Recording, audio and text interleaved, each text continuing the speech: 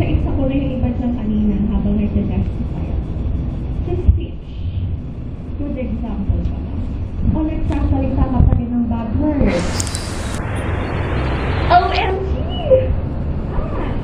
Salitang bakla! Kaaya-aya bang pakinggan?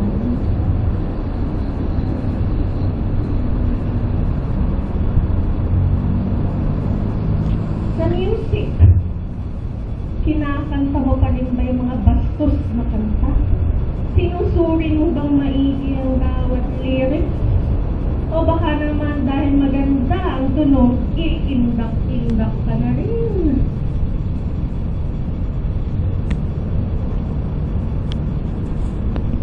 In life, masyado ka na ba updated sa fashion? Wala ka ng interest pag-aralan ng salita ng Diyos? Baka naman puro music ka lang, hindi na word of God. Balansihin po natin. Baka sini ka ng sini. Yung baon mo naman ang pinanggastos mo, wala ka na para kinabukasan.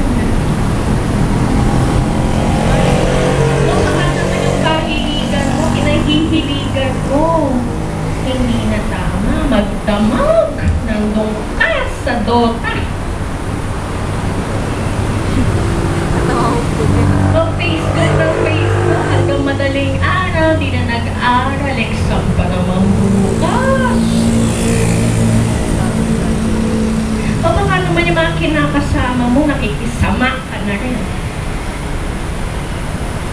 Naninigarilyo, sugal dito, sugal dyan. Oh, come on. May nakasalubong nga ako, estudyante. Naka-uniforme po. Sa harap ko, bastos. Oh, ginano niya sa akin. Salubong ko lang sa baka. Sabi ko, ganito na ba kabataan ngayon? Naka-uniforme po, naninigarilyo.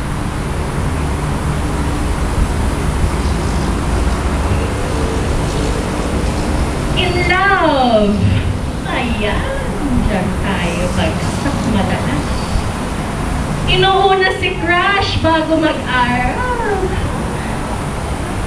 Pupunta lang ng church dahil may gustong makita.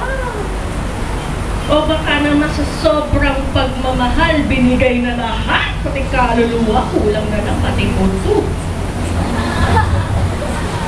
Right? Ayun!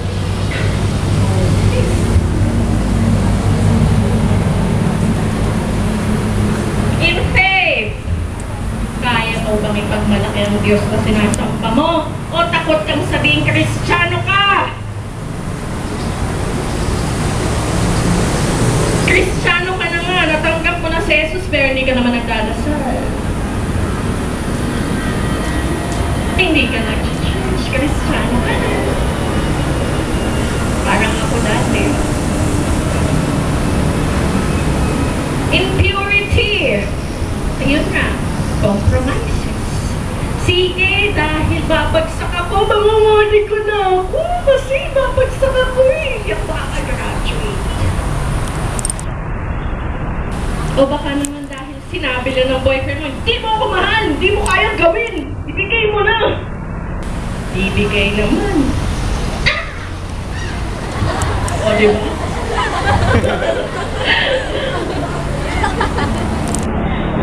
Bibigay na lang.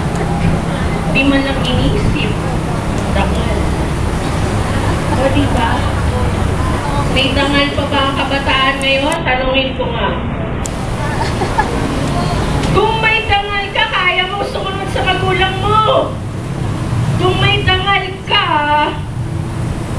kaya mong sumunod sa Diyos na sinasamba.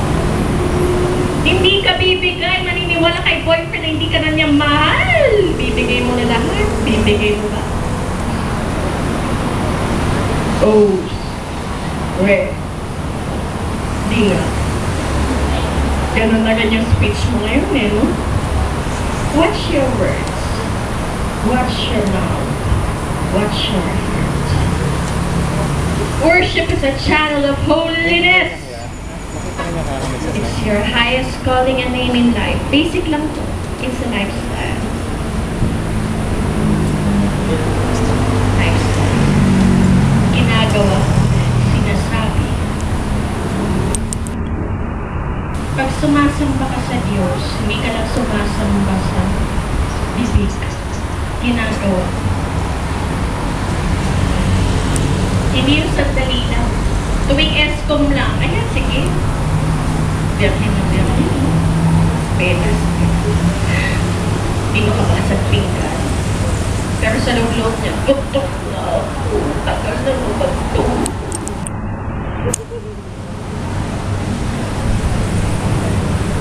When you worship God, you are only focused to God, right? Ngayon, kung handa ka na, ibigay ang totoong pagsamba sa Diyos na yung pinabiling Quran, tumayo ka! Sambahin natin ngayon ang Diyos. Pagkakaintindi niya sa sign kanina time out. Nag-sign kasi mga 5. Akala niya siguro time out na.